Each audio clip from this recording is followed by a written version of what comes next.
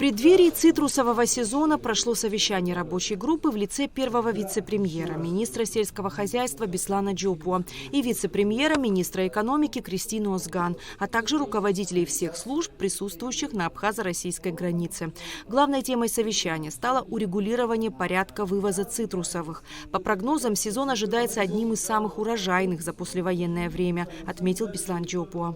Те проблемы, которые были в 2020 году, то, что мы сталкивались с чем, когда мы имеем хороший урожай, то 50 тысяч тонн, то, что перевозили, используя этот опыт, организовать работу абхазской стороны, пока не говорю о российской, потому что мы ведем переговоры, у вас, наверное, были свои контакты, консультации, там пока кое-что будет меняться, наверное, и дальше процесс работы, но абхазскую сторону мы должны наладить, насколько это возможно, есть такое поручение.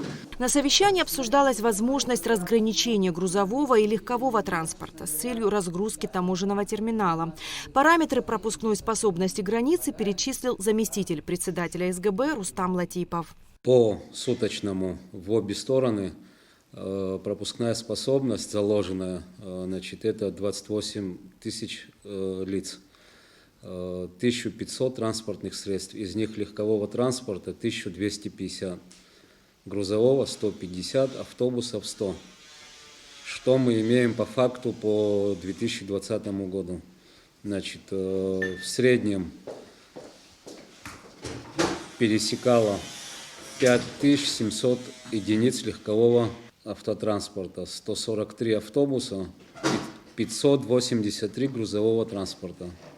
Да, в 5 раз при 150 параметрах. И около 25 тысяч лиц. Соответственно, все это в очередях в одно окно на грузовом терминале создаем.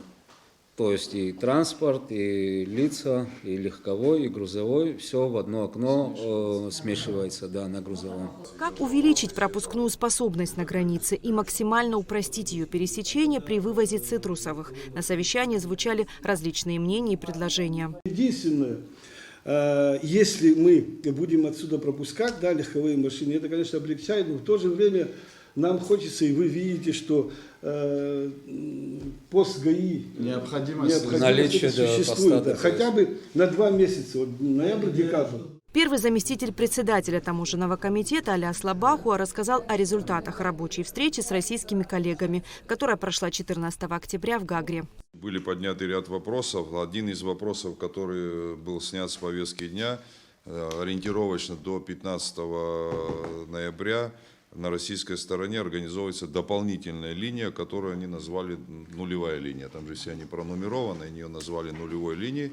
То есть, это опять же связано с сезоном, где, будут пропускаться эти грузовой автотранспорт. Но они сами будут корректировать, либо туда пойдет легковой, либо туда пойдет грузовой транспорт. Далее члены рабочей группы осмотрели сам пункт пропуска и ознакомились с процессом пересечения границы.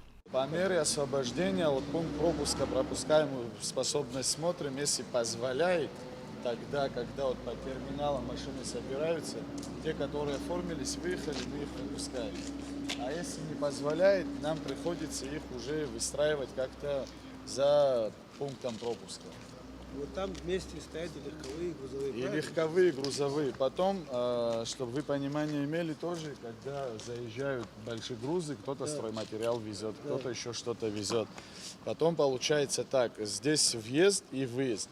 Когда автотранспорт уже с цитрусом заезжать начинает, когда здесь уже загружены, у нас не получается въезд и выезд, он блокируется. Также обсуждалась возможность дежурства сотрудников МВД на границе в период цитрусового сезона.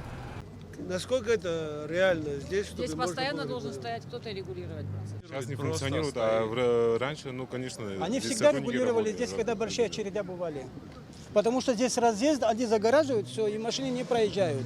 Без ГАИ в этом году тоже был коллапс. В ближайшее время все вопросы будут детально проработаны и сформированы конкретные шаги их решения. Эсма Гуланзе, Тимур Гугурхи, Абхазское телевидение.